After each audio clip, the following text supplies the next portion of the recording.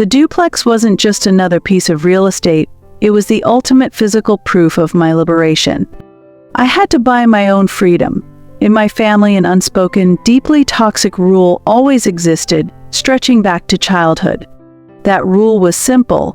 I, Angela, existed primarily to rescue everyone else and most specifically, to clean up after my older brother, Mark. He was forever shielded from the necessity of consequences. I was the perpetual cleanup crew.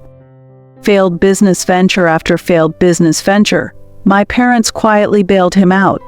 Maxed out credit cards and mounting debt, I was the one fielding the increasingly aggressive collection calls, while Mom called him sensitive.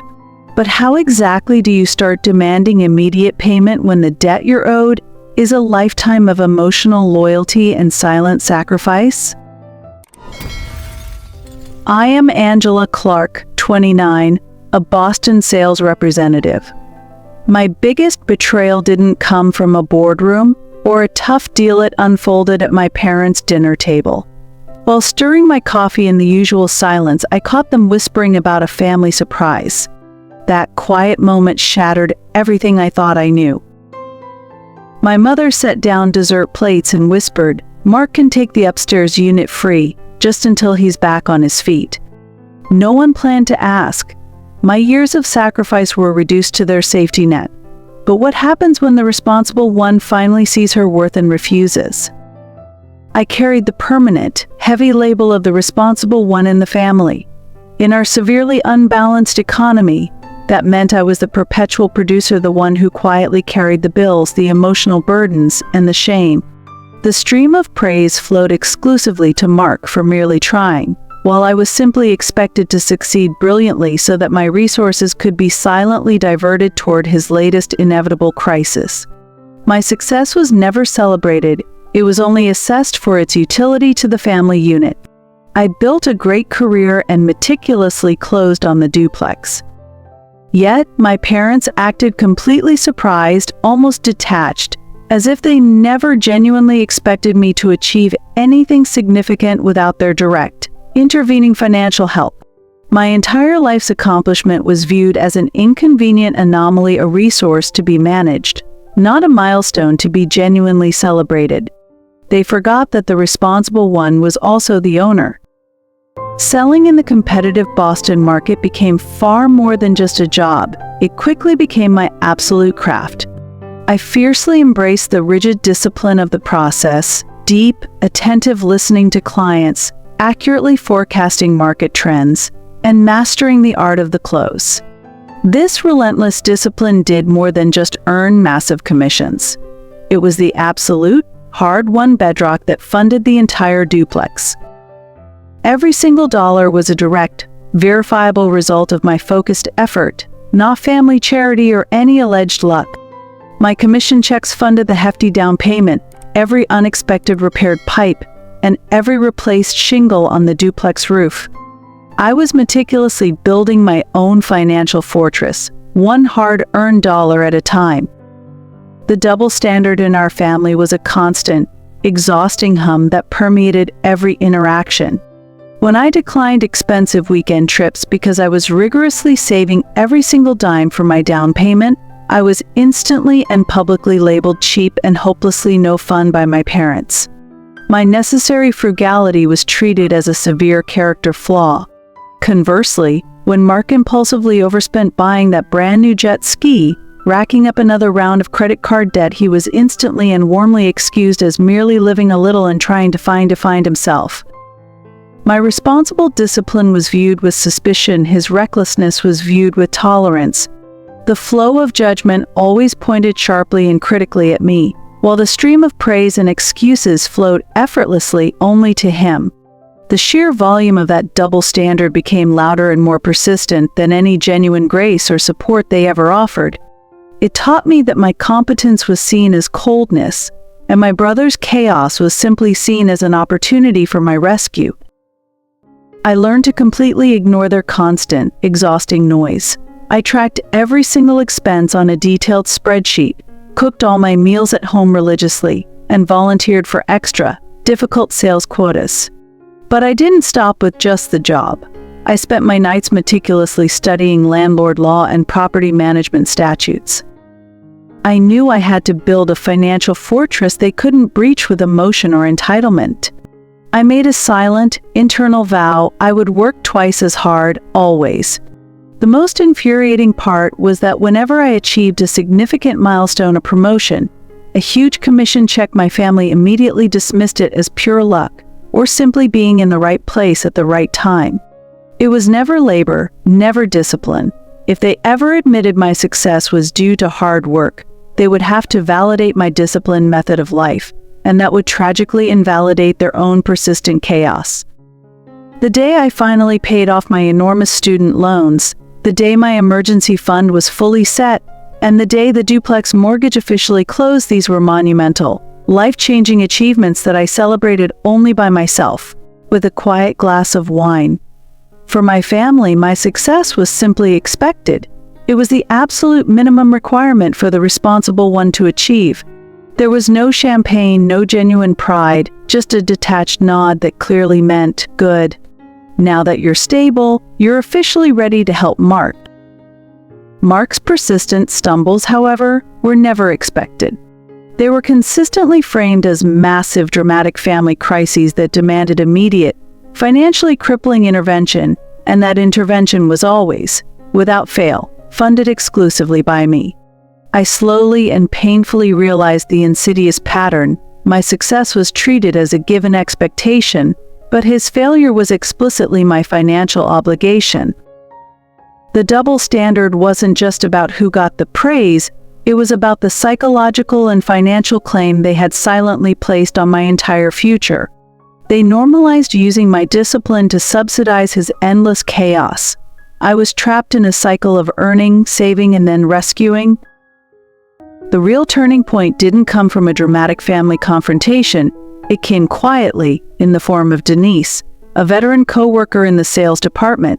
She was razor-sharp, utterly successful, and completely detached from the typical office drama. Denise saw my lifelong pattern of rescuing instantly. She didn't offer cheap sympathy, she offered rigorous, actionable strategy.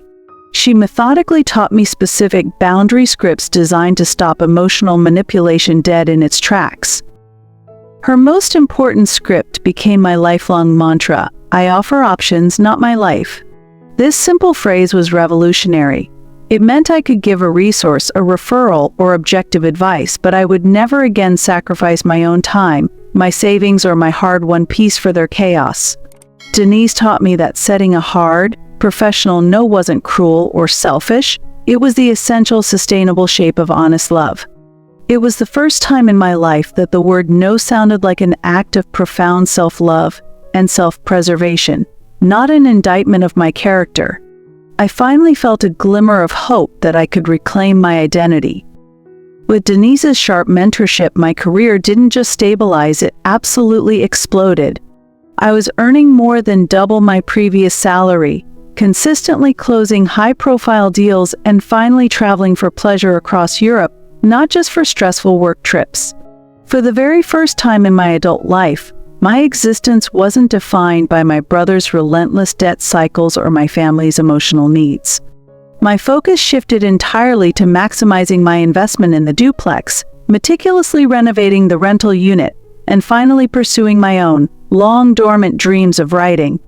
I was building a life that was mine alone. The better and more independent my life became, however, the more visible the gaping, uncomfortable chasm between my family and me grew. They still saw me exclusively as their permanent safety net, but I now saw myself as a valuable individual with firm boundaries. This intense personal growth was the profound calm before the storm. I was finally ready to truly live in my fortress of self-reliance. But Mark, entirely unsurprisingly, was spiraling again, and his financial troubles were escalating into a crisis.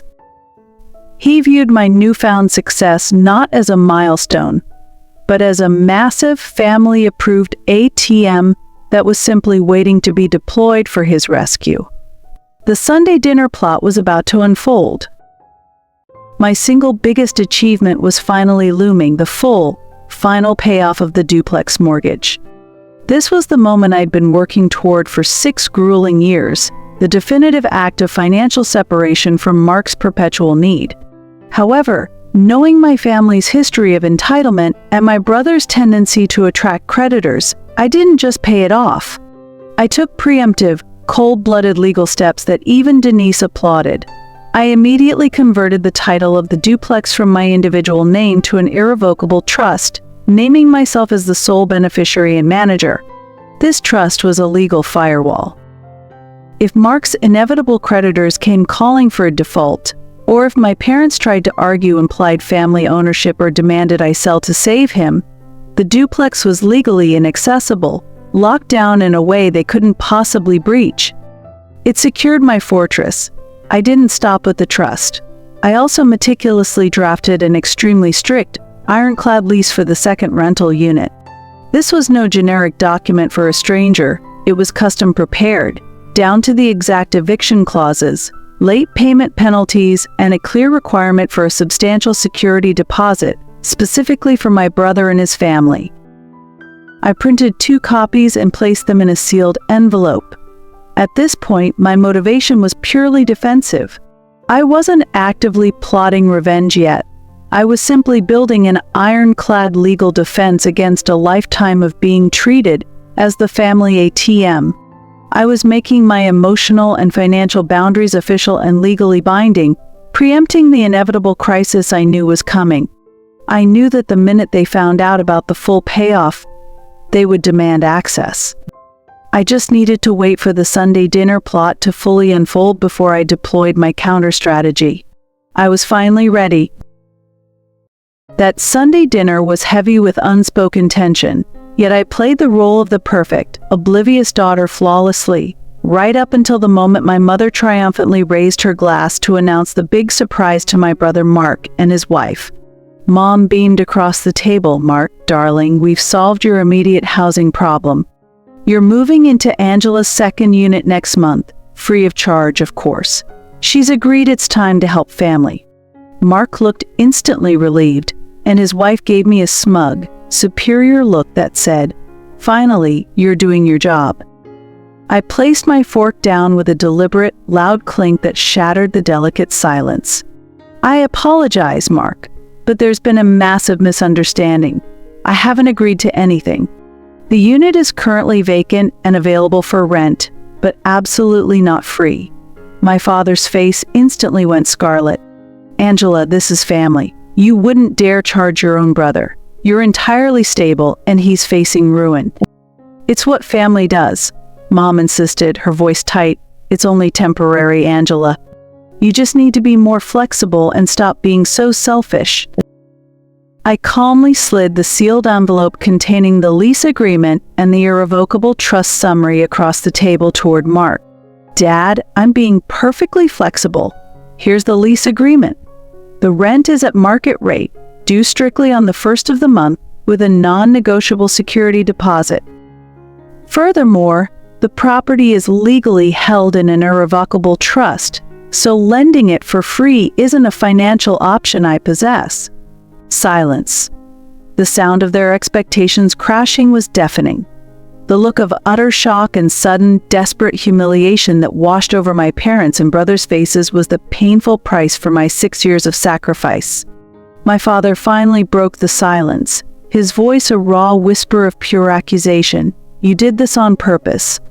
I met his gaze, holding my composure firm, and simply replied, "I prepared." Driving away from my parents' house that night, the sharp adrenaline rush from the confrontation was high, but the thick, sticky guilt the decades of conditioned guilt instilled since childhood was already starting to settle in my sturdy cert. That stone of guilt immediately tried to tell me I was cruel, that I was heartless and cold, that I had brutally betrayed my own flesh and blood. It screamed that I should immediately rush back, apologize for being so professional, and offer the unit for free as my family duty. But then I remembered Denise's sharp, clear voice echoing in my mind, "You offer options, not your life." The meticulously prepared lease and the irrevocable trust weren't acts of malice, they were objective business choices.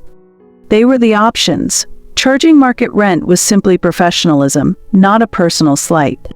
The predicted torrent of angry, demanding calls began the exact minute I walked into the quiet sanctuary of my duplex. My father screamed, absolutely enraged, that I was actively choosing to destroy my brother's family, while my mother tearfully cried that I was maliciously tearing the entire family apart with my selfishness. My response to every single call was the script Denise had perfectly taught me: a simple, repetitive refusal to argue the volatile emotion. The duplex is legally held in a trust, and the trust must operate financially to maintain compliance. The unit is available for rent only. Here is the formal lease address. I remained completely calm. I realized then that their sheer, overwhelming rage wasn't about the rent amount itself. It was fundamentally about the loss of control. For over 2 decades, I had been easily controllable, a predictable resource. Now I was a legal, financial, and emotional wall they couldn't breach with tears, threats, or guilt. I was legally and financially protected. The true climax of the confrontation came with my father's ultimate, desperate threat, delivered in a low, furious growl. If you go through with this, if you choose money over blood, you will utterly destroy your family's unity. You will never be welcome here again. It was the old, tired language of manipulation, but now it was utterly powerless. I looked at the phone, and instead of the panic that would have consumed me a year ago, I felt a deep out. I hung up the phone gently. In choosing to establish the duplex, the legal trust, and the non-negotiable lease, I hadn't lost my family. I had fundamentally chosen my sanity, my long-term future, and my self-respect over their lifelong expectation of my martyrdom. My independence was now an unshakable wall. They could scream at it, they could throw endless guilt and threats at it, but they couldn't possibly knock it down. The era of Angela Clark, the perpetually available family ATM, was officially and permanently closed. The only thing left to do was wait for the rent to be due. 2 agonizing weeks passed in a deafening silence. The expected, desperate rage calls from my parents stopped abruptly. They had chosen to completely freeze me out, but their silence only amplified the single, definitive date looming on my calendar, the 1st of the month. The duplex rental unit still stood conspicuously vacant. Mark hadn't signed the lease, nor had he paid the substantial, non-negotiable security deposit. His creditors were undeniably closing in fast, and the entire situation was poised perfectly for the family's ultimate, inevitable demand for my full financial surrender. I showed up for Sunday dinner, fully composed and expecting the last-ditch, guilt-infused effort. The very moment the main course was served, my father cleared his throat with dramatic intent, his face tight with a heavy, forced compassion. "Angela," he began, his voice surprisingly soft, attempting to draw me back into the emotional net. "Your brother's financial deadline is today. We know you worked incredibly hard for your property, but family simply needs to come first. We're asking you one last time to put your family's safety above your business sense." I smiled, completely calm, and met his gaze evenly. "I agree, Dad. Family should absolutely come first." That's precisely why I was so painstakingly thorough with the lease and the trust. It's designed to protect Mark from his own financial self-destruction, and more importantly, it protects my personal property from his professional creditors. That level of careful planning is simply what a responsible landlord does. Then I dropped the ultimate, devastating bomb, my voice crisp, clear, and utterly professional. I gave Mark a very clear deadline, and I gave him the non-negotiable terms. Since the full first month's rent and security deposit were not received by the stated 5 p.m. deadline today, the unit has been legally and officially rented to a fully vetted professional tenant. They signed the contract this afternoon and take possession tomorrow morning. The silence that followed wasn't just deafening, it was absolute. My father's jaw dropped, my mother let out a small gasp, and the look of utter, final betrayal on their faces was palpable. I had closed the door, forever. My brother, Mark, finally found his voice, high-pitched with pure panic. "Where in God's name am I supposed to go, Angela? They're repossessing my jet ski and my truck. You ruined me." My father jumped up, screaming, "Get out. You are not our daughter. Go. We won't let you destroy Mark." He desperately wanted a dramatic, tearful exit from me, but I refused to give them the final, manipulative act of control. I quietly pushed my chair back, stood up, and looked directly at Mark, whose face was a mask of self-pity. "The truth is, Mark, you ruined yourself. I simply stopped enabling it." With that, I turned and walked out into the quiet night, leaving their bitter, self-inflicted chaos swirling behind me. The next morning, as I watched the new tenant, a young, responsible doctor, calmly and efficiently move their small belongings into the unit, I felt a deep, profound calm I hadn't known was possible. This stranger respected my property, paid the full rent and deposit on time, and signed the lease willingly, no emotional plea necessary. I wasn't being tolerated as the family resource, I was being valued as a professional landlord. The powerful realization hit me hard. The revenge wasn't the confrontation or the eviction. The revenge was the irrevocable trust. It was the ironclad legal separation I'd spent 6 years quietly engineering. It was the absolute, unshakable power to say no without feeling guilty. A final, cold call came from Mom the day after the tenant moved in. Her voice was flat, empty of warmth. "You have lost your family, Angela. You chose that house, that trust, over us." She delivered the line she thought would shatter me. I took a deep breath. I hung up the phone, but not before realizing the profound truth. I hadn't chosen the house over them. I chose the future where I was respected, financially secure, and free from emotional blackmail. And they couldn't be a part of that future because they fundamentally rejected the premise. That was the truest, most self-honoring form of independence I could ever achieve. The chaos was theirs now, and the peace was finally mine. I was no longer a victim, I was simply a landlord. The duplex was finally, entirely mine. The mortgage was officially zeroed out, and the property was secured in my trust.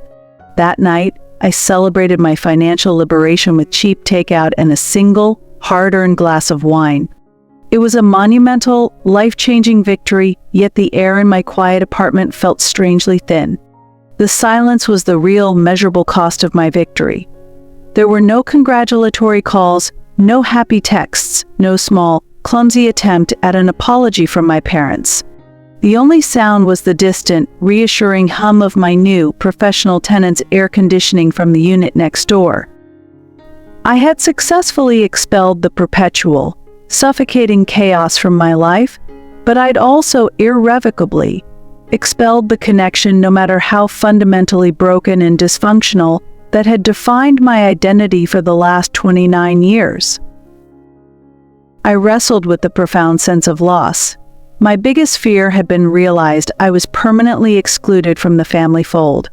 But slowly, the grief gave way to the undeniable power shift.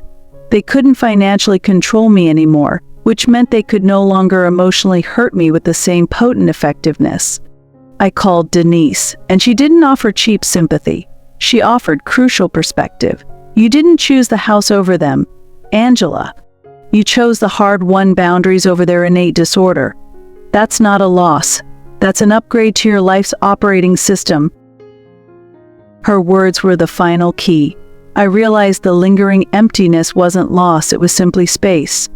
Space for new, healthy relationships free of emotional debts. Space to define myself entirely by my achievements and my choices, not by my desperate availability to rescue others. I'm no longer the family producer. I'm the owner, the manager, and the sole beneficiary of my own life. I haven't seen my parents or Mark since that fateful dinner. I'm completely and entirely okay with that reality. The entire experience taught me a profound, harsh lesson. When you build a fortress of independence and self-reliance, you must be fundamentally willing to live behind its sturdy walls, even if you have to sit there alone sometimes. The cost of my irrevocable trust was my relationship with my family, but the reward was the unshakable, invaluable piece that came with being truly, irrevocably free. The acute, raw pain from my mother's final, venomous phone call, "You chose that house over us," lingered long after I hung up. I knew their behavior stemmed from years of pathological enabling of Mark, but I instinctively suspected there was a darker, more fundamental truth, a poisoned well at the very foundation of my childhood that I hadn't yet been brave enough to face. I forced myself into a painful, surgical level of introspection. The moment of clarity, the terrible revelation, returned to me in a flash of memory from the year I graduated high school. I'd graduated with highest honors, a merit scholarship, and boundless naive hope. I remembered confronting my mother, asking why they had spent an astounding $20,000 to send Mark to a private remedial camp, a cost they complained about constantly, but only reluctantly gave me a meager $500 for college textbooks, insisting I manage the rest myself. Her response, delivered without an ounce of self-awareness, was startlingly cold, cutting through 2 decades of my life. "Mark needs us, Angela. He's fragile, and he truly struggles. You are always going to be fine. We had to invest our extremely limited resources where they were needed to save him." That was the poisoned well, the definitive moment the cruel truth was laid bare. They didn't love Mark more. They feared his failure exponentially more than they celebrated or valued my potential. My consistent competence, my success, and my self-discipline didn't make me their beloved, successful child. It permanently designated me as their insurance policy, a financial and emotional safety net they took for granted and felt entirely entitled to deploy. I had spent my entire life trying to earn their genuine approval by being fine, by being perfectly disciplined, relentlessly successful, and fiercely independent. But those very traits, the ones I had sacrificed my youth to develop, were the ones that made me ultimately expendable in their eyes. The stronger I became, the more the family felt comfortable neglecting me and redirecting all their focus toward Mark's next crisis. Mark's chronic, self-inflicted instability wasn't just a weakness, it was his unconscious, insidious power within the family dynamic. His failure was the magnetic force that drew all the attention, all the resources, and all the desperate, emotionally laden love from my parents. When I was in my duplex that night, the anger finally settled into a cold, terrifying understanding. The true cruelty wasn't that they asked me to help my brother. The true cruelty was that they built my entire identity, my entire emotional and financial structure, around their deep-seated need for my reliable competence to mitigate their son's risk, effectively denying me the fundamental nurturing and unconditional love of my own childhood. The duplex, now secured in the trust and fully paid for, became more than just a real estate investment.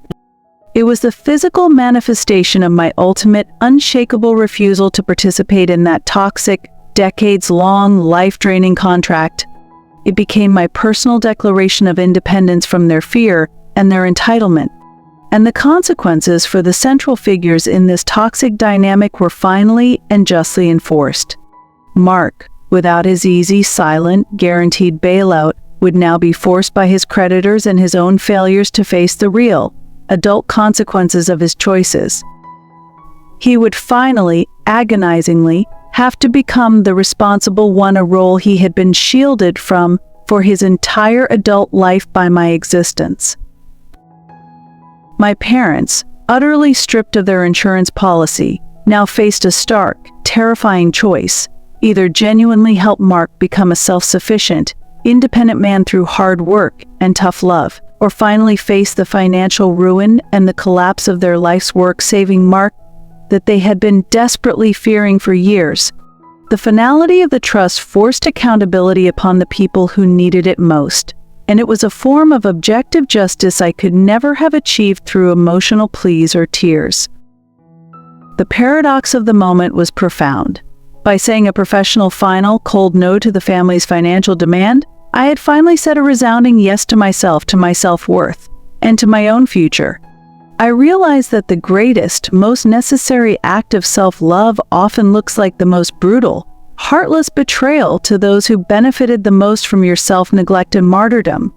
The duplex now stands, solid and unyielding, as a permanent monument to my resolve.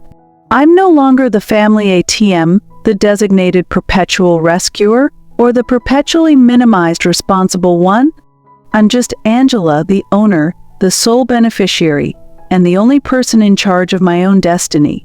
The peace of that realization is worth every penny and every tear.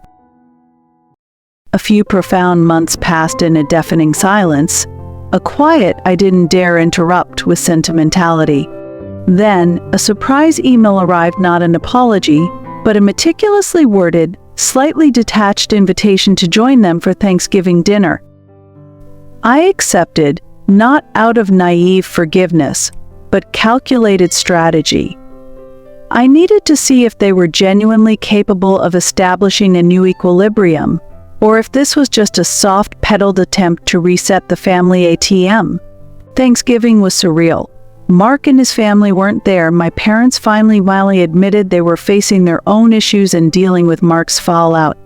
My mother treated me with a fragile, almost clinical courtesy, avoiding any mention of the duplex or the trust.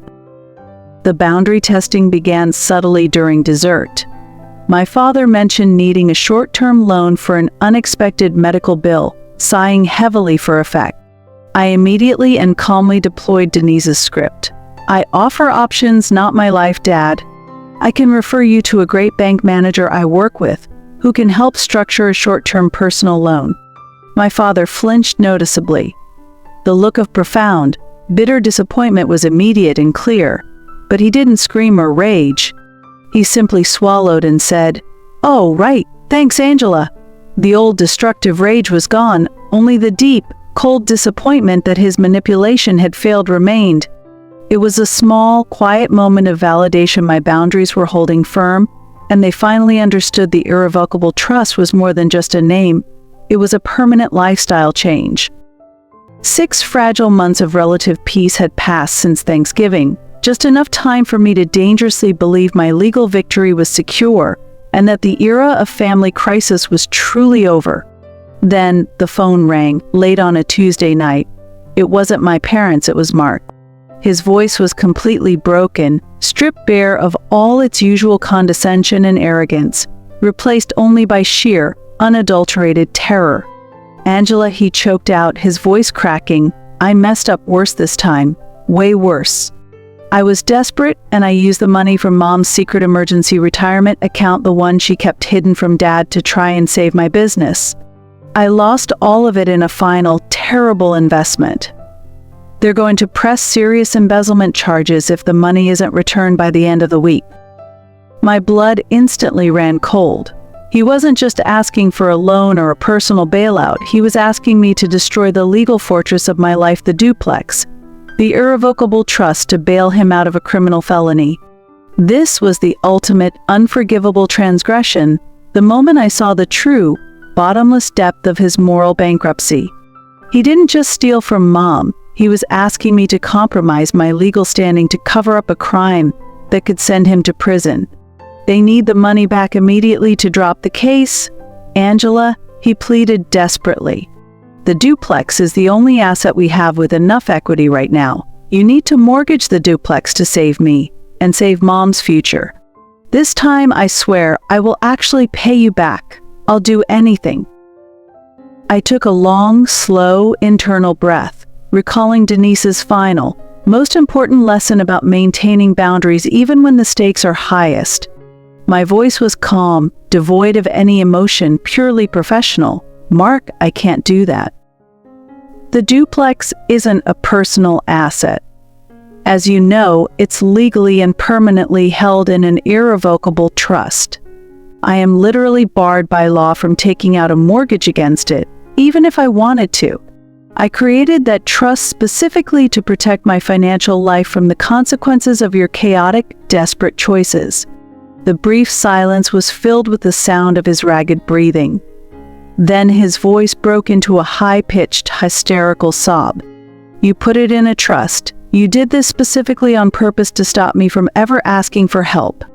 You planned this. You're letting Mom lose everything. You're a cold, manipulative monster, Angela."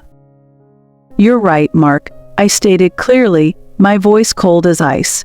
"I created that trust specifically to protect my financial life from your chaotic choices and criminal recklessness. Mom's retirement was between her and you. This time, there is no bailout. You have to face the consequences you engineered." 2 minutes later, my father called. He wasn't raging, he was resigned. The fight drained entirely from his spirit. He told us, "Angela, we see now what you truly did. You won. You finally won. And you have absolutely nothing left but that house, that cold, empty trust." "Dad," I replied, my voice heavy with the true gravity of the situation, "I didn't win a house.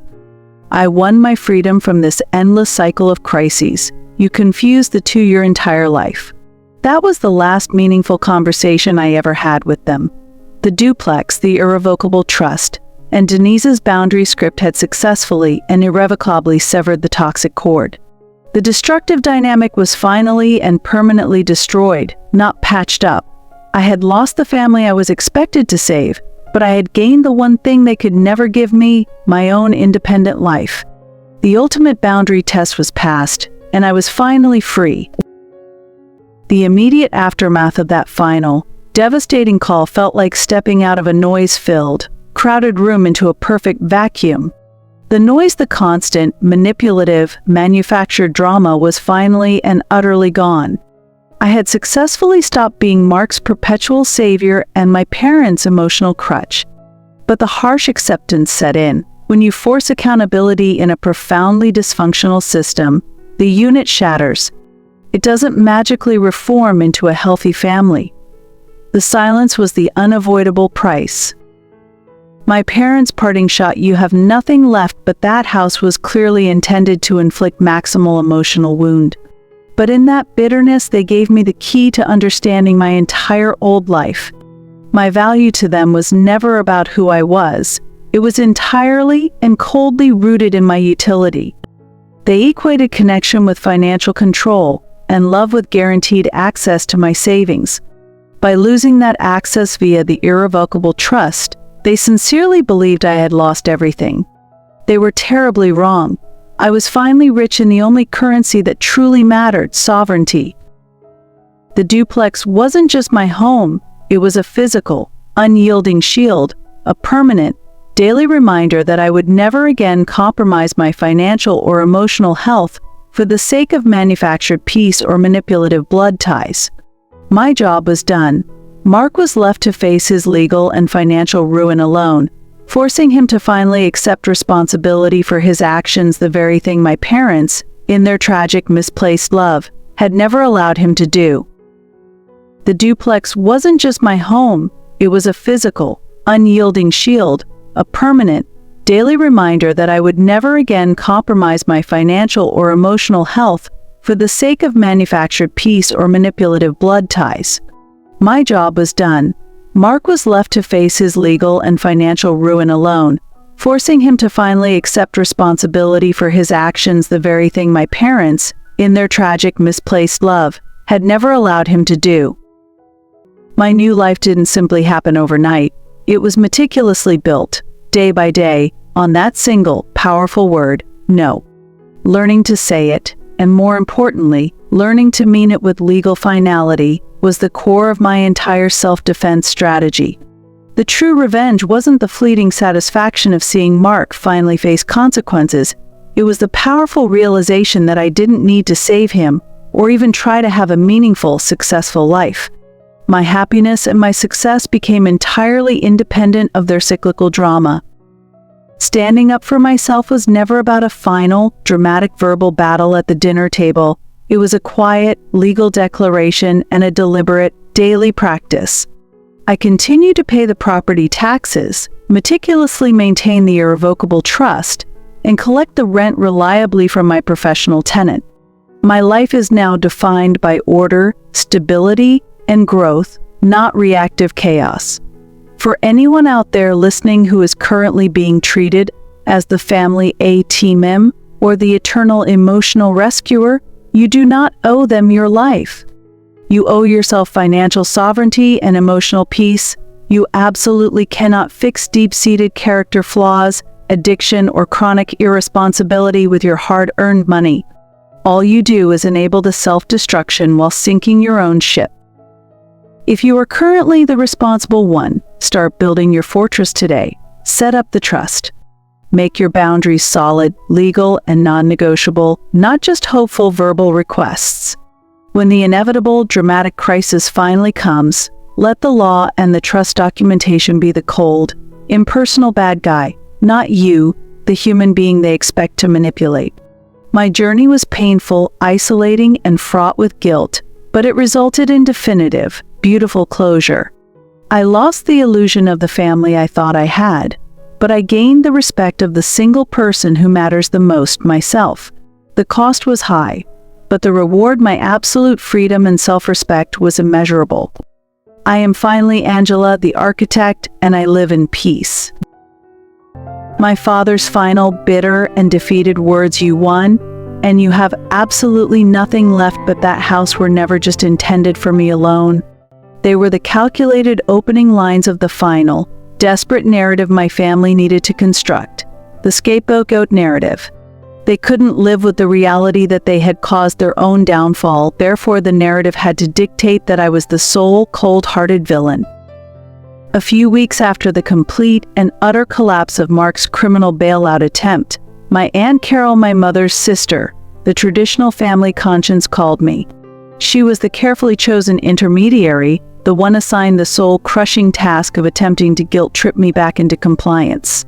Her voice, usually warm and gossipy, was now dripping with a heavy, performative sadness, the kind of emotional manipulation I had spent 6 years immunizing myself against. "Angela, your poor parents are absolutely heartbroken," she began, launching immediately into the script. "Mark is facing jail time and has nowhere to go. Everyone knows this entire disaster is all because you chose to put that duplex into that nasty, selfish trust and refused to help your own brother when he was in his most desperate hour." I countered, my voice completely level and controlled, channeling the cool detachment I'd learned from Denise. "Aunt Carol, with all due respect, I must correct the facts. Mark didn't fail a business exam. He stole and subsequently lost my mother's private retirement fund. That's a criminal felony, not a business mistake.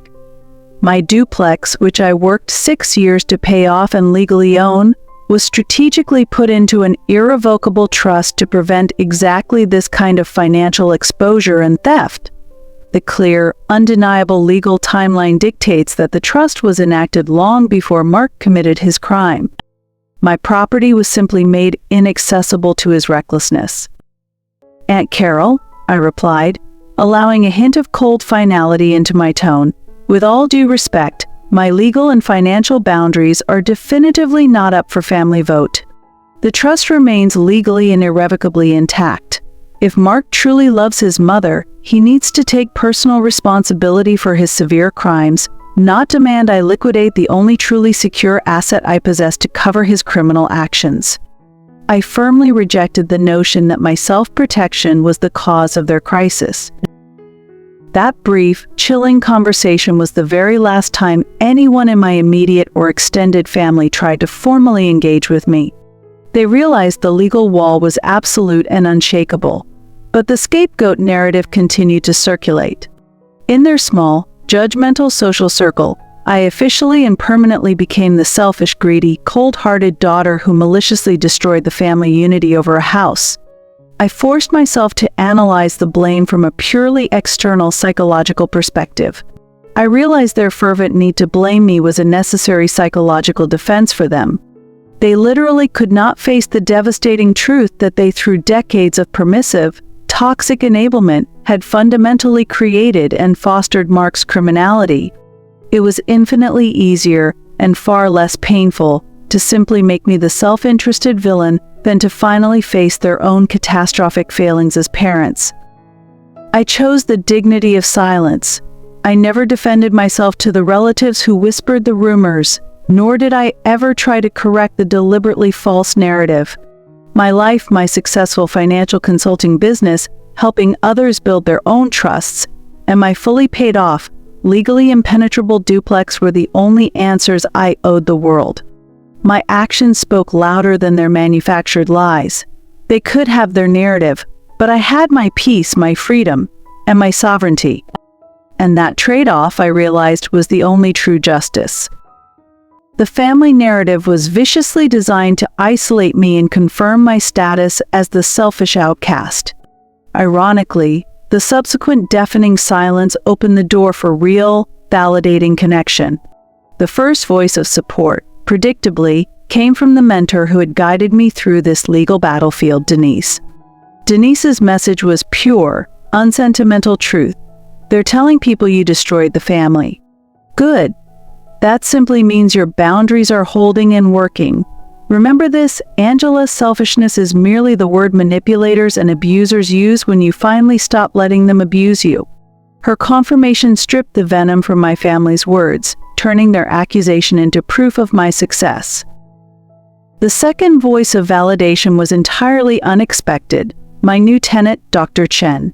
She stopped me one afternoon, unprompted, and thanked me for being the most professional, fair, and organized landlord she'd ever dealt with. Simple, honest respect felt like a massive, undeserved gift. Mark had never once called me professional. My parents only called me responsible when they needed my resources. Hearing the words freely given by a stranger proved the profound validity of my new, orderly reality. I began actively seeking out new relationships. I started attending local meetups for disciplined entrepreneurs and serious real estate investors. Slowly, deliberately, I built a chosen family of peers, a network of adults who valued competence, shared discipline, and above all, honest work, not entitlement or chaos. I finally understood that true love isn't defined by unconditional enablement. It is defined by mutual respect and the honoring of boundaries. The Clark family model of love was exposed for what it truly was: pure, transactional exploitation. When the transaction ended, the love vanished, proving I had lost nothing of actual value.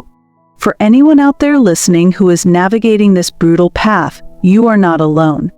There are good people out there, true friends, mentors, and partners who will recognize and value your strength, your competence, and your character, not just the assets you possess.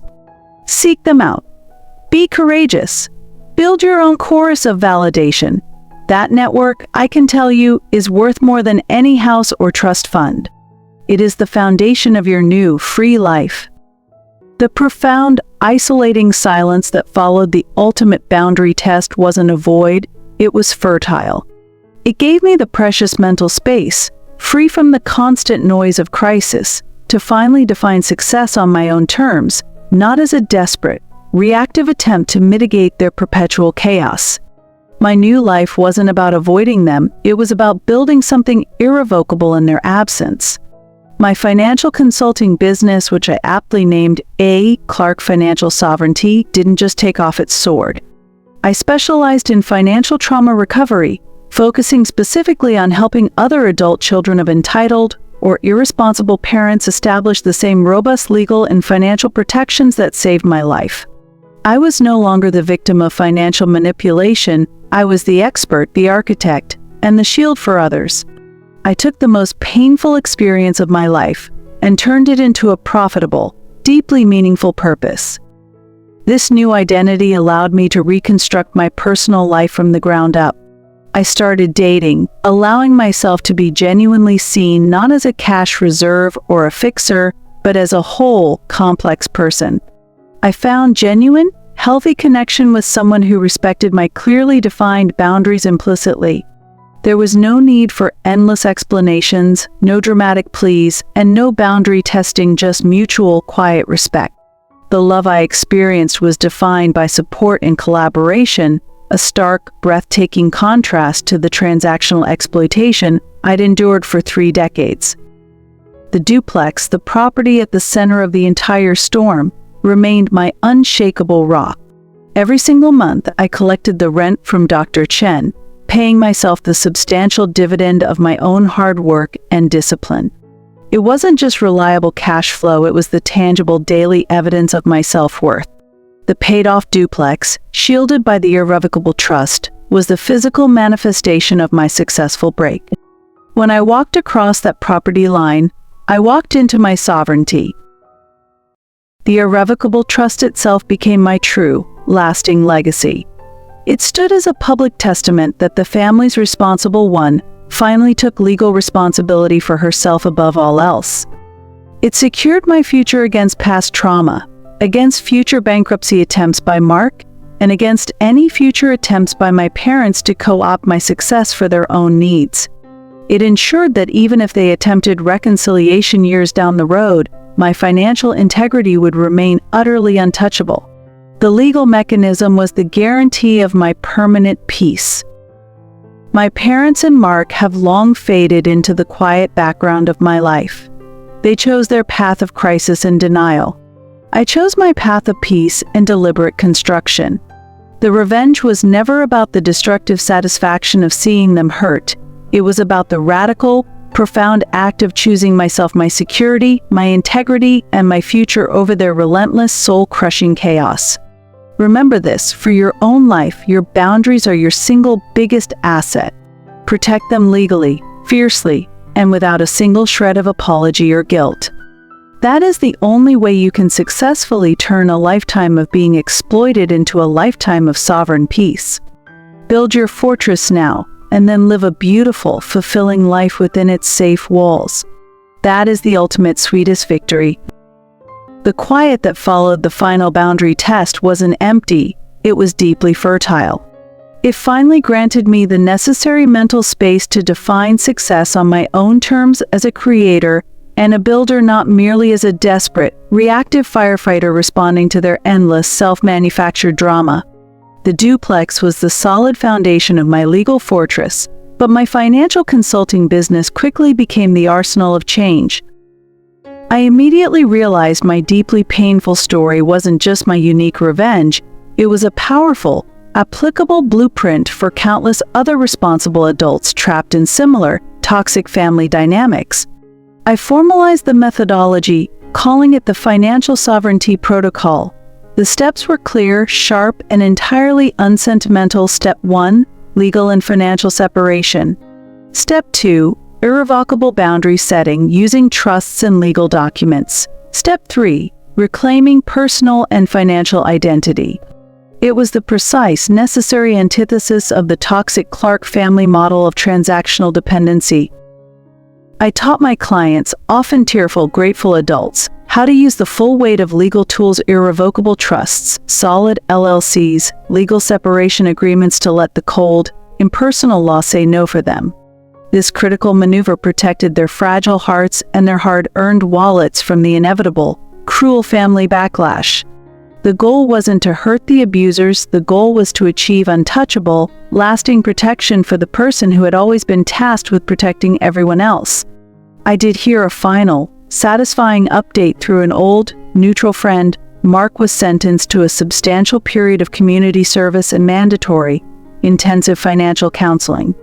The long-awaited consequences, finally, were real, binding, and entirely external.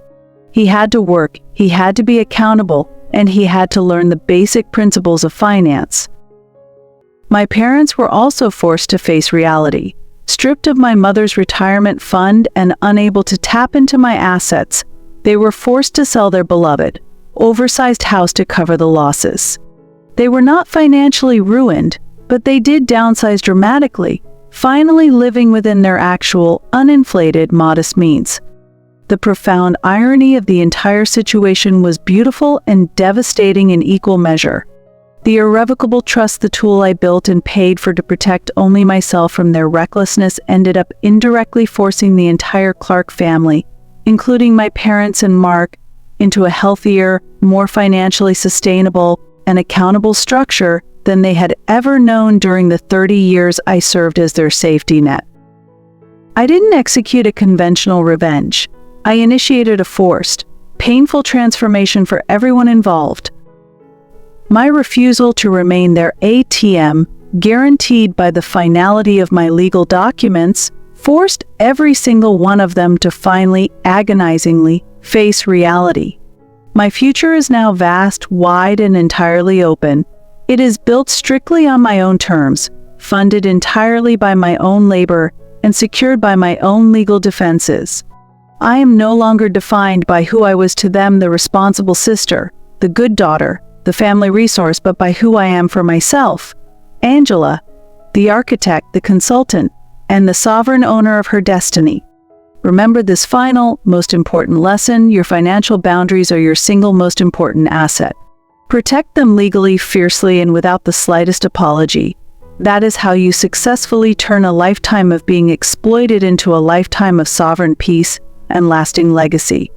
My trust is irrevocable, and so is my freedom. My victory wasn't celebrated with a huge, vindictive party or a tearful, miraculous reconciliation. It was simply marked by a quiet, ordinary Tuesday morning, drinking a fresh cup of coffee in the warm, sunlit kitchen of the duplex I finally, undeniably owned. The sound of my tenant's car pulling out of the driveway was the only confirmation I needed that the system I built was working flawlessly. The final accounting was simple. The cost of my action was everything: the biological family I was born into, the comforting illusion of unconditional love, the childish fantasy of a normal Christmas. The reward was equally massive and undeniable: sovereignty. People often ask me if, after the fact, I truly regret my irrevocable decisions. Never. Regret is exclusively for those who compromise their principles. My actions were driven by brutal, necessary self-preservation, not malicious intent. I wasn't trying to destroy them, I was simply ensuring I wouldn't be destroyed by them. The distinction is crucial.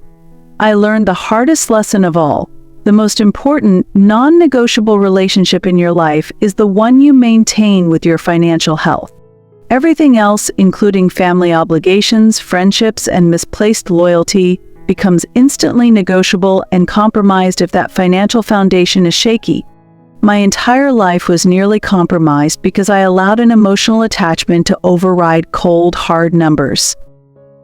The duplex is my trophy. The irrevocable trust is my diploma in adulthood. They are tangible, legal proof that I finally stopped passively waiting for my dysfunctional family to value me. Instead, I started actively investing every ounce of my energy and resources into the person who actually showed up, did the work, and kept her promises: me.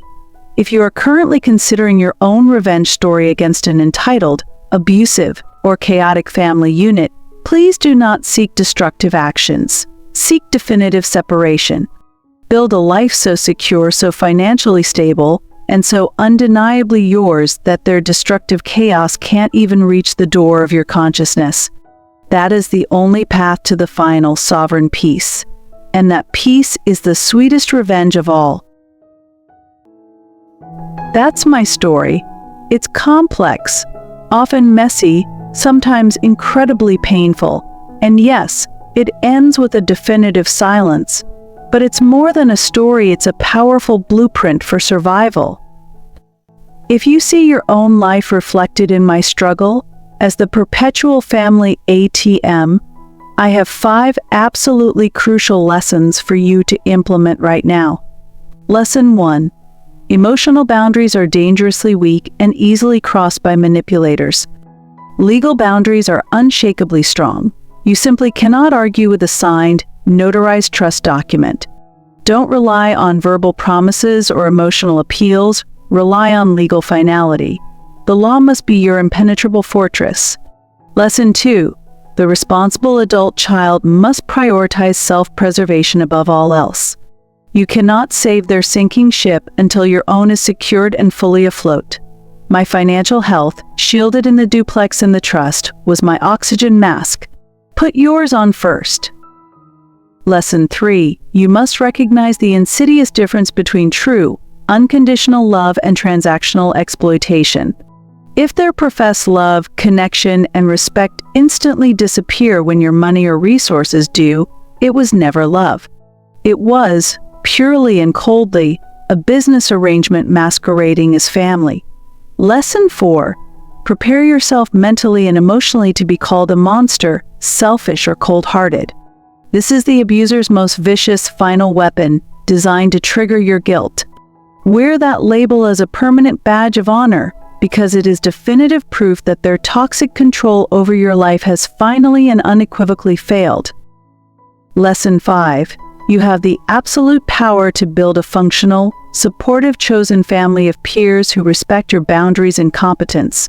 Don't waste your precious energy mourning the loss of the chaotic, dysfunctional family you had. Celebrate the profound creation of the safe, healthy community you actually deserve.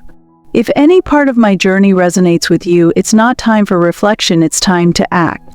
Do not wait for the next crisis or the next desperate phone call. Today is the day you start the legal process of securing your life and your future. Your sovereignty is non-negotiable, and your peace is worth the fight. Get started now.